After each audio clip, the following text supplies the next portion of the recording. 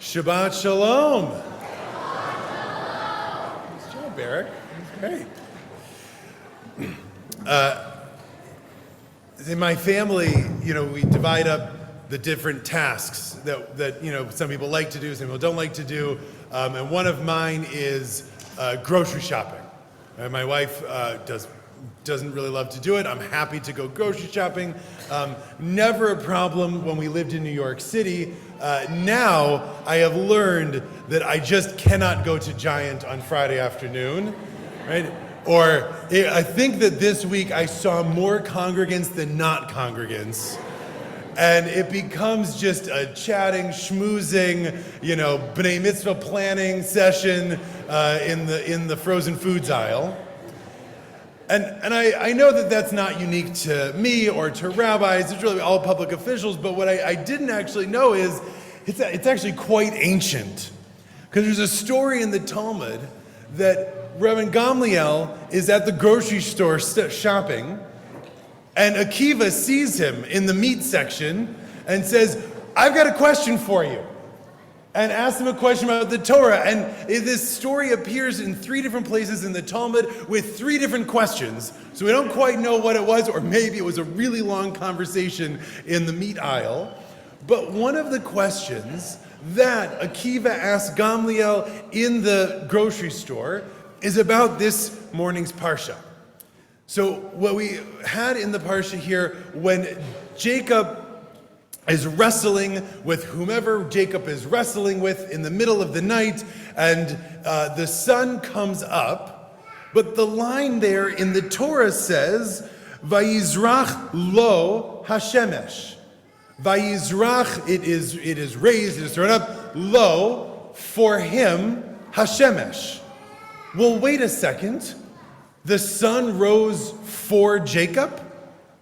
What does that mean, basically, says Akiva, right? Because clearly the sun, we would assume, rises for everyone, right? It's not just the one. And there's a few different answers to this question that come up in our classic commentaries. We're going to get to Gamliel's answer in a second, but I want to run through a few of them. So, does everyone understand our textual problem for the next few minutes? So why does it say that the sun rose just for Jacob? Can I get a nod of understanding that you're with me? Okay, some people aren't. You just want to get to Kiddush? That's fine too. So the question then is, what does it mean? So Rashi brings 2 answers. Double Rashi, always very fun. The first answer is what many of you are probably thinking, which is that's just how people talk sometimes. It does not mean he had his own personal sunrise. It just means that he's the main character of the story in this moment, and so you say the sun rose on him or for him. It's just the way the Torah talks. But his second answer, that he says is the pshat, but his second answer, I think, is fascinating. He says that the sun rose on Yaakov in order to heal him. Now, why does Yaakov, 100 million bonus points, why does he need healing? What just happened? All right, okay, I thank you, I heard you all, right? He dislocates his hip, something happens here, that's why we can't eat filet mignon, but he hurts himself, and so the sun, we're told by the Midrash, is that it heals him.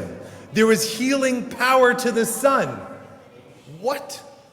So, we learn from this something about how this sunrise is maybe special. And then later, commentaries say, what does it mean that it healed him, right? Like, how does that work? So Radak, a later rabbi, says that the way that it healed him, it helped him, was that it helped him and it hurt Esau. And he doesn't explain what that means. Maybe it's like home field advantage in tennis. The sun's in Esau's eyes. I don't know. But whatever this property was, it was only for Jacob. And then comes Chizkuni, a later rabbi still, who says that what the sun did was shine on his limp. What does that mean? He says, before the sun came up, Jacob was in pain and no one could see it. But once the sun rose on him, The healing property was not magical Star Trek rays from the sun that healed him. It was that it illuminated his issue so that the people around him could help, could offer him an arm, could offer him someone to walk with, which could help heal him in some way. In this sense, right, healing comes from being noticed. And this strikes true for me. It's something that we all, I think, want. It's something that we all need, which is to be seen, to be noticed. Healing, health comes from being visible. And we all have wrestled with something in our lives, and we all have the injuries and scars that come with that. We might want to hide it. We might want it to never be mentioned again. But if we can just be who we are and be seen, we can get the help that we need. I know I've told this story before, and you know what? I'm going to tell it again. Because in the Talmud, one of my favorite moments is we're told that there is a gentleman walking in the middle of the night. It's pitch black. There's no moon. He's walking on a path, and down the way, he sees someone walking carrying a torch. And they're walking, and they're going, and they're walking, and they're going, and as they pass each other, the man with the torch he sees is blind. And our guy stops him and says, "Excuse me, sir, I don't mean to bother you, but I noticed that you're blind." And the man says, "Yes, I am." And he says, "Well, then why are you carrying a torch? Like, it's the middle of the night. You don't need this." And he says, "No, I don't carry the torch so that I can see. I carry the torch so that other people can see me and see that I'm blind and then help me." And this is something that all of us need in our lives. And all of us need in the way that we live in this community, the way that we live where we are. Being seen for who we are is important. Being accepted for who we are is important. Being helped in the ways that we need help in all of the different myriad unique ways is incredibly important. And it's something that I hope you know we're committed to. I hope that the people in our lives are committed to. And I hope that our community at large and our world at large is as well. But now we're going to get to Gamliel's answer. Because back in that grocery store, Gamliel does not give Akiva a little homily on seeing and being seen and helping the other. He says, what do we learn from this lesson of Jacob at night? He says, we learn that you should never, ever, ever go out alone at night. Okay? Why? What's the deal with this? Give me 2 more minutes of your time, please. Jacob, on a scale from 1 to a profoundly selfish and self-centered individual, is a what?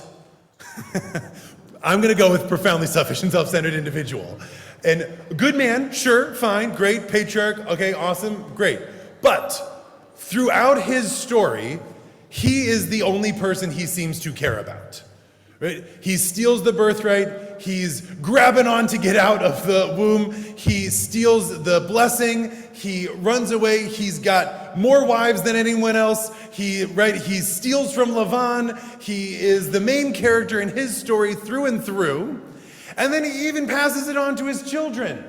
When he has all of the kids and he's, Joseph, no, they're the most important person, right? Even when he comes to his grandchildren and he's like, oh, no, Ephraim and Manasseh, I'm going to switch my hands. We're going to elevate the other one.